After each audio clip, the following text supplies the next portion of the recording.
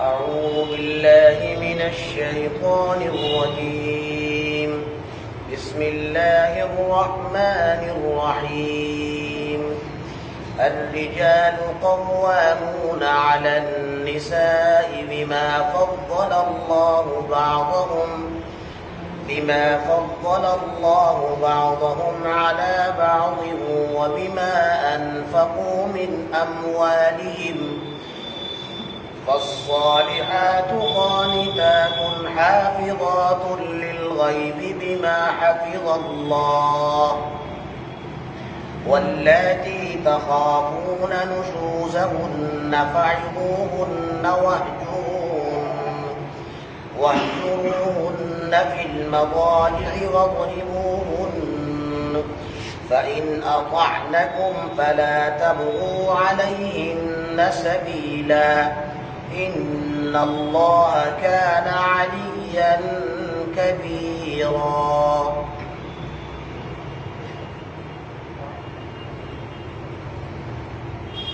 مرد عورتوں پر ذمہ دار بنائے گئے ہیں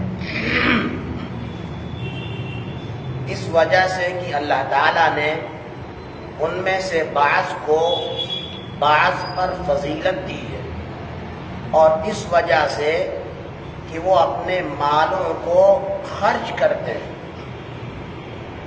سو جو عورتیں نیک ہیں، فرما برداری کرنے والی ہیں اور بحفاظت الہی شوہر کے نہ رہنے پر اپنی عزت اور اس کے مال کی حفاظت کرنے والی ہیں، وہ نیک ہیں.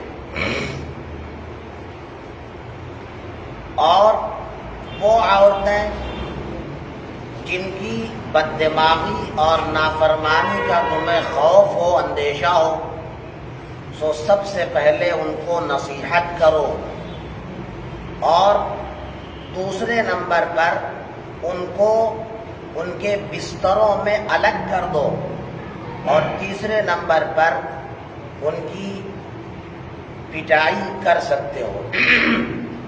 بس اگر وہ تمہاری اطاعت کر لیں، تمہاری بات مان لیں، تو ان پر زیادتی کا بہانہ مت تلاش کرو.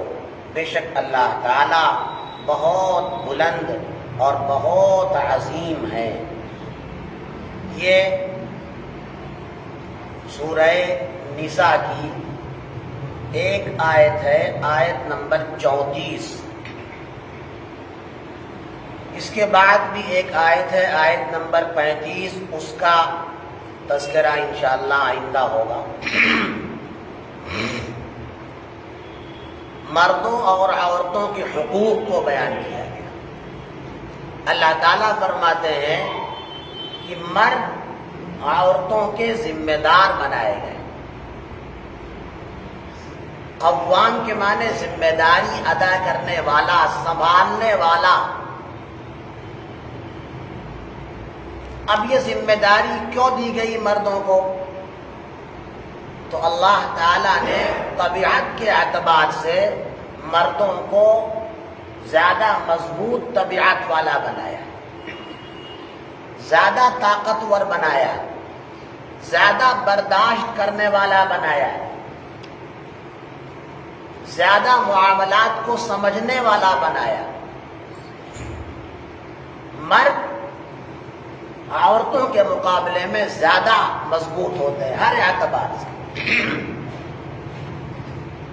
اور اسی لیے آپ دیکھیے اللہ تعالیٰ نے نبی اور رسول کس کو بنایا؟ مردوں کو بنایا. اللہ تعالیٰ نے عورتوں کو نبی اور رسول کا درجہ نہیں دیا. اللہ تبارک و تعالیٰ نے اسی لیے مرد کی گواہی کو زیادہ مضبوط قرار دیا. ایک مرد کی گواہی کے برابر ایک عورت کی گواہی کبھی نہیں ہو سکتی. ہاں 2 عورتیں مل کر ایک مرد کے برابر گواہی دے سکتی. گواہی کا نصاب کیا ہے؟ قرآن نے بتایا وَاسْتَشْهِدُوا شَهِيدَيْنِ مِن رِجَالِكُمْ کہ تمہارے مردوں میں سے 2 گواہ ہوں تمہارے معاملات میں. لیکن اگر 2 مرد گواہ نہ ہو تو 1 مرد اور 2 عورتیں، یعنی 1 مرد کے برابر 2 عورتوں کی گواہی، وہ بھی خالی عورتوں کی گواہی معتبر نہیں ہے، مرد کا ہونا تب بھی شرط ہے. ایسا نہیں ہے کہ 4 عورتیں اگر گواہی دے دیں تو شریعت اس کو مان لے، 10 عورتیں گواہی دے دیں شریعت مان لے، نہیں. فَإِن لَّمْ يَكُونَا رَجُلَيْنِ فَرَجُلٌ وَامْرَأَتَانِ اگر 2 مرد نہ ہو تو 1 مرد اور 2 عورتیں، یعنی مرد کا ہونا تب بھی ضروری. تو معلوم ہوا کہ مرد کا مقام، مرد کا درجہ اللہ تعالیٰ نے بڑھایا. ان کے اندر قوت، طاقت، سمجھ، صلاحیت سب چیز عورتوں کے مقابلے میں زیادہ ہوتی ہے. ہاں بعض عورتیں ایسی ہیں جو مردوں سے بھی فوقیت لے گئی ہیں. صحابہ کرام رضوان اللہ علیہم اجمعین کے زمانے میں آپ کی بیویاں، آپ کی بیٹیاں، اما عائشہ رضی اللہ عنہا وغیرہ، یہ سب کیا ہے؟ بہت کامل ترین عورتیں تھیں. تو بعض ہیں، مگر عام طور سے مردوں کے اندر صلاحیت اور طاقت و قوت و سمجھ زیادہ ہے. تو اس لیے اللہ نے انہیں کیا بنایا؟ ذمہ دار بنایا. اب 2 وجہ اللہ تعالیٰ نے بیان کی. بما فضل اللہ بعضهم علی بعض، عام طور سے مردوں کو عورتوں پر فضیلت ہے. عام طور سے مردوں کو اللہ تعالیٰ نے عورتوں پر فوقیت اور فضیلت. اسی لیے آپ دیکھیے عبادات کے سارے معاملات، جماعت سے نماز پڑھنا، جمعہ کی نماز میں شامل ہونا، تمام چیزیں اس میں عموماً مرد ہی شامل ہوتے ہیں. اکثر تو ایسے ہی ہوتا ہے. تو جتنے بھی فضیلت والے کام ہیں وہ زیادہ تر کام مردوں کو اللہ تعالیٰ نے کرنے کا حکم دے رکھا ہے. ایک بات تو یہ بتائی. دوسری بات بتائی وہ بما انفقوا من اموالہم، جو دوسری بڑی وجہ ہے وہ کیا ہے کہ مرد عورتوں پر اپنے مالوں کو خرچ کرتے ہیں. جب نکاح ہوتا ہے تو کیا مہر کے ساتھ ساتھ یہ بھی تو آتا ہے نا کہ نان نفقہ بھی دینا پڑے گا، روٹی کپڑا بھی دینا پڑے گا، مکان بھی دینا پڑے گا. یہ ذمہ داری کس کی ہے؟ یہ ذمہ داری مرد کی. عورتوں کی ذمہ داری نہیں ہے کہ وہ کپڑے کا انتظام کریں، مکان کا انتظام کریں، روٹی کا انتظام کریں. یہ عورتوں کی ذمہ داری، یہ ذمہ داری تو مردوں کی ہے. اور اگر مردوں کے اندر یہ صلاحیت نہیں ہے،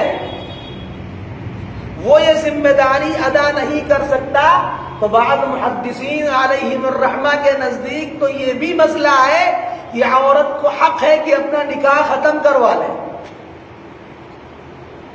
اگر مرد یہ ذمہ داری ادا نہیں کر سکتا، اگر وہ عورت کو کما کر کھلا نہیں سکتا، عورت کو رہنے کے لیے مکان نہیں دے سکتا، عورت کو کپڑے نہیں پہنا سکتا، تو پھر اس کے ذمہ دار ہونے کا مطلب ہی کیا ہے؟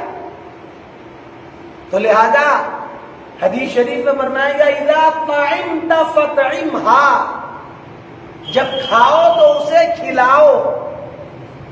وَإِذَا اكْتَسَيْتَ فَاكْسُهَا، جب کپڑے پہنو تو کپڑا اس کو پہناؤ.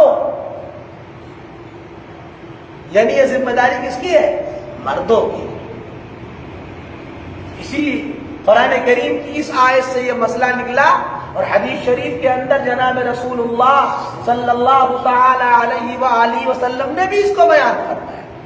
یہ مردوں کی ڈیوٹی، ساری ہیوی ڈیوٹی مردوں کو اللہ نے، ساری بڑی ڈیوٹیاں.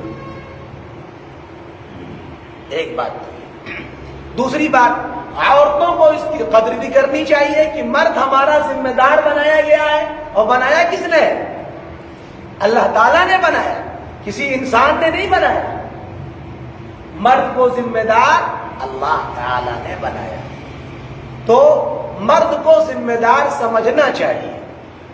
اسی لیے عورتوں کے ذمہ ہے کہ وہ ان کا ادب کرے, ان کی اطاعت کرے, ان کی فرما برداری کرے. حدیث شریف کے اندر بھی ساری باتیں لکھی ہوئی. جناب رسول اللہ صلی اللہ تعالی علیہ وآلہ وسلم نے دونوں کو بتا دیا. عورتوں کے بارے میں مردوں سے کہہ دیا الدنیا کلھا متاع, پوری دنیا تو سامان ہے, سامان زندگی ہے. وخیر متاع الدنیا المرأة الصالحہ, اور سب سے بہتر جو سامان دنیا کا ہے وہ کیا ہے؟ نیک عورت. تو اگر کسی انسان کو نیک عورت مل جائے تو یہ اللہ کی بہت بڑی نعمت. مسلم شریف میں روایت ہے, حدیث نمبر 1467 نمبر کی روایت. تو آقا نے بیان کر دیا کہ اگر نیک عورت مل جائے تو کیا ہے یہ؟ بہت بڑی نعمت, بہت بڑی نعمت. ایک حدیث شریف میں فرمایا گیا اللہ پر ایمان لانے کے بعد, تقوی و پرہیزگاری کے بعد جو سب سے زیادہ فائدہ آدمی اٹھاتا ہے وہ کیا ہے؟ اس کی نیک بیوی, اس کی اور نیک بیوی میں صلاحیت کیا ہونا چاہیے؟ تو 3 صلاحیتیں ہمارے آقا نے بیان فرمائی. کیا فرمایا؟ اذا نظر الیہا سرتہ, جب مرد اس کو دیکھے تو وہ اس کو خوش کر دے. یعنی یہ اس کا حق ہے مرد کا کہ جب وہ اس کو دیکھے, اس سے بولے, اس سے مسکراہٹ چاہے, اس سے بات چاہے تو عورت اسی انداز میں پیش آئے. یہ حق ہے مرد کا. اذا نظر الیہا سرتہ وَإِنْ أَمَرَهَا أَطَاعَتْهُ, اور جب مرد کسی کام کا حکم دے, جائز کام کا, ناجائز کام کا نہیں. ناجائز کام مرد نہیں, چاہے جو کہے وہ نہیں کرنا جائز ہے. اس لیے کہ اللہ کی نافرمانی کے مقابلے میں کسی انسان کی فرما برداری نہیں کی جائے گی. بالکل عام ضابطہ ہمارے آقا نے بتا دیا. جہاں اللہ کی نافرمانی ہو رہی ہو وہاں کسی انسان کی فرما برداری نہیں کی جائے گی. اور وَإِنْ خَابَ عَنْهَا نَصَحَتْهُ فِي نَفْسِهَا وَمَالِهَا, اور جب مرد گھر سے باہر رہے تو اپنی عزت کی حفاظت کرے, شوہر کے مال کی حفاظت کرے, شوہر کے سامان کی حفاظت کرے, ساری چیزوں کی حفاظت کرے.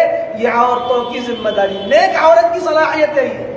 نیک عورت کی فضیلت اور کمال کا اصل مدار یہی ہے کہ ان کے اندر یہ صفتیں ہونی چاہیے. ابن ماجہ میں روایت 1857 نمبر کی روایت. اور مردوں سے کہا گیا الا اخبرک بخیر ما یکنز المرء, کیا سب سے بہترین خزانہ اور تحفہ تم کو نہ بتاؤں؟ آقا نے فرمایا جس کو اکٹھا کر کے رکھا جائے, جس کو بچا کے سنوار کے حفاظت کے ساتھ رکھا جائے, وہ کیا چیز ہے؟ تو فرمایا کہ وہ نیک بیوی. انسان اپنے مال کو بہت قاعدے سے رکھتا ہے, بڑی حفاظت کے ساتھ رکھتا ہے, کئی تجوریوں تالوں میں بند کر کے رکھتا ہے. اور حفاظت عورتوں کی ہونی چاہیے,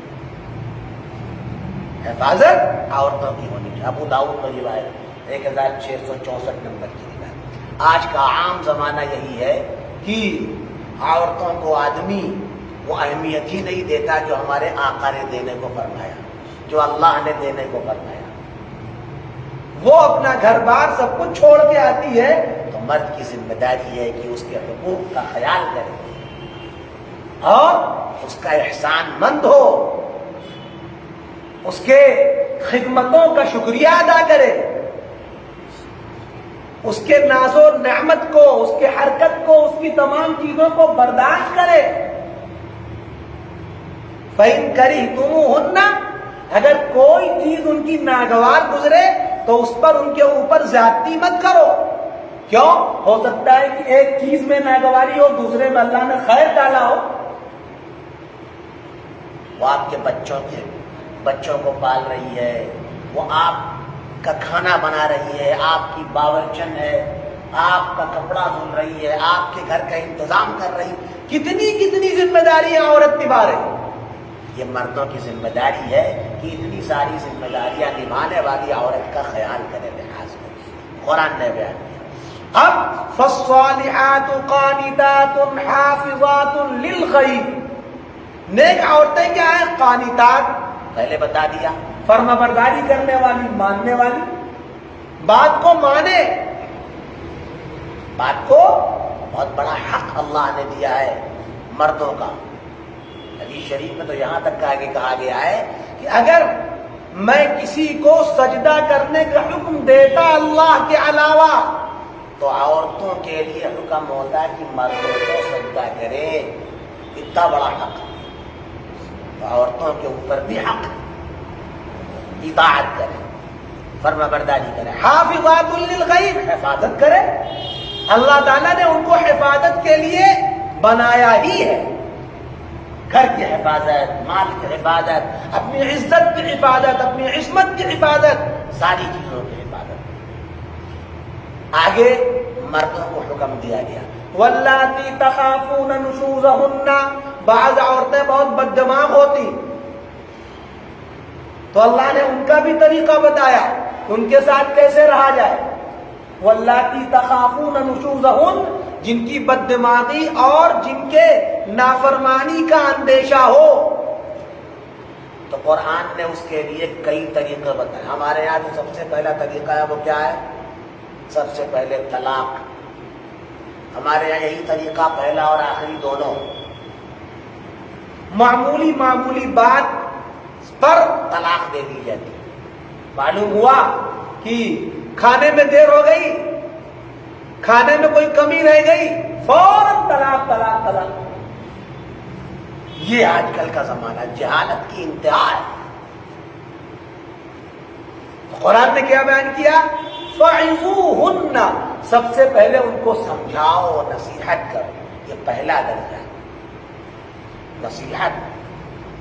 نصیحت سمجھانا، وَذَكِّرْ فَإِنَّ الذِّكْرَىٰ تنفع المؤمنین، سمجھاؤ، نصیحت کرو۔ نصیحت کرنا ایمان والوں کو فائدہ اور نفع پہنچاتا ہے۔ سمجھاؤ، یہ سب سے پہلا کام، سمجھاؤ، حق ہے ان کا۔ کمی زیادتی سب سے ہوتی ہے، غلطیاں سب سے ہوتی، اور بعض ایام ایسے آتے ہیں ان کی زندگی میں کہ جس میں ان کا دماغ بھی صحیح نہیں رہتا۔ ایسے بھی ایام آتے ہیں مہینے میں جس میں ان کو پریشانی لاحق ہوتی، تو لہذا سمجھاؤ، سمجھانے سے کام۔ ایک بات تو یہ فرمائی، دوسری بات فرمائی وَاهْجُرُوهُنَّ فِي الْمَضَاجِعِ، اگر سمجھانے پر بھی نہیں مان رہی تو دوسرا طریقہ کیا بتایا قرآن نے؟ ان کو بستر میں الگ کر دو۔ بستر سے الگ نہ کرو، بستر میں الگ کر دو، دونوں میں فرق۔ بستر سے الگ کرنے کا مطلب یہ ہے کہ دونوں کا بستر الگ الگ ہو جائے، اور بستر میں الگ کرنے کا مطلب بستر تو ایک ہی ہو مگر دونوں الگ الگ، چادر ایک نہ ہو، لحاف ایک نہ ہو، یہ بستر میں الگ کرنے کا مطلب۔ اور مفسرین نے لکھا ہے کہ شوہر اس کی طرف منہ ہی نہ کرے، یہ بستر میں الگ کرنے کا حکم۔ بستر میں الگ کرنے کا مطلب یہ ہے، اور یہ بہت بڑی سزا ہے شریف عورتوں کے لیے، بہت بڑی سزا۔ شوہر کا اس طرح بے رخی کرنا بہت بڑی سزا ان کے لیے۔ حدیث شریف میں آتا ہے ایما امرأۃ باتت ہاجرۃ فراش زوجها، وہ عورت جو اپنے شوہر سے الگ ہو کر رات گزارے، لعنتها الملائکۃ حتی تصبح، صبح تک فرشتے لعنت کرتے رہتے ہیں۔ مسند احمد کی روایت 10,946 نمبر کی روایت، صبح تک فرشتے لعنت کرتا۔ فرشتوں کی لعنت کیا ہے؟ اس میں قبول ہونے میں کوئی شبہ ہے؟ تو لہذا وَاهْجُرُوهُنَّ فِي الْمَضَاجِعِ، یہ کہا گیا کہ بستر میں الگ کر دو۔ اور نمبر 3 پر اگر اس پر بھی نہ مانے تو زیادہ ہی بے غیرت عورت ہو تو کیا فرمایا؟ فَوَضْرِبُوهُنَّ، ان کو مار سکتے ہو،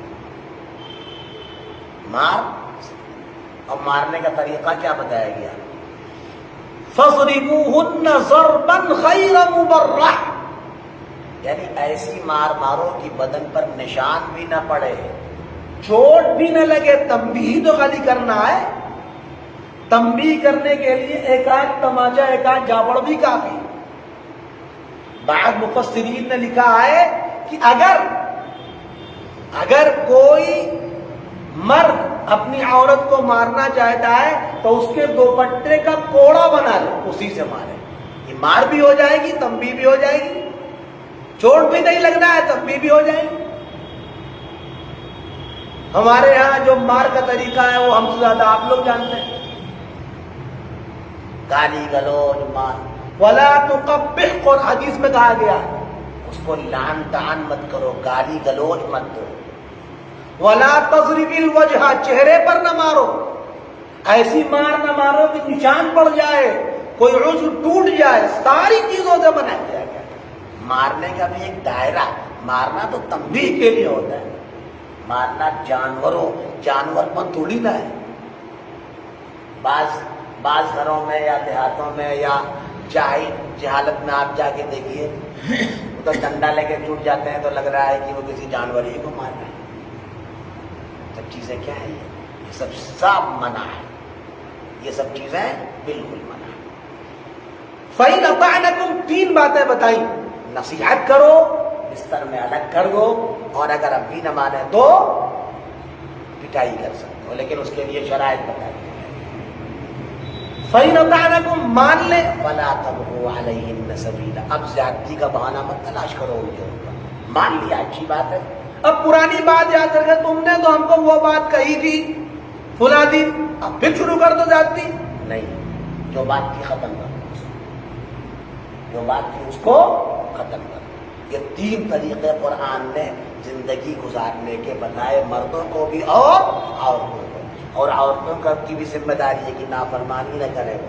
حتیٰ کہ مسئلہ لکھا ہوا ہے، اگر عورتیں شوہروں کی نافرمان ہیں اس طرح کی، تو ان کا نام نفقہ بھی ختم ہو سکتا ہے بعض صورتوں میں۔ شریعت نے یہاں تک بتایا، اس واسطے یہ تین طریقے بتائے گئے قرآن کریم سے۔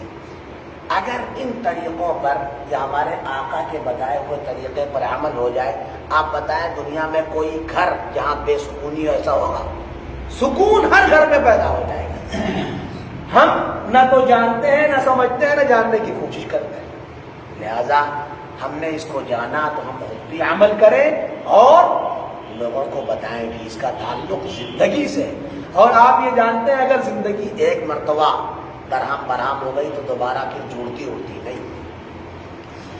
ان اللہ علی کبیرہ، بے شک اللہ تعالیٰ بہت بلند ہے، اگر غلطی ہوئی تو اللہ تعالیٰ معاف کر دے گا، معافی طلب کر لو، بہت عظیم الشان ہے، اللہ سے دونوں لوگ معافی طلب کر لو۔ یہ تین طریقے بتائے گئے۔ چوتھا طریقہ پھر ایک دوسرے کے حکم اور پنچ بھیجنے کا ہے، وہ آگے آئے گا۔ اس کے بعد جو آخری طریقہ ہے وہ طلاق، اس کا بھی طریقہ ہے، وہ انشاءاللہ آئندہ بتائیں گے انشاءاللہ۔ اللہ تعالیٰ ہمیں بھی اور آپ حضرات کو بھی عمل کرنے کی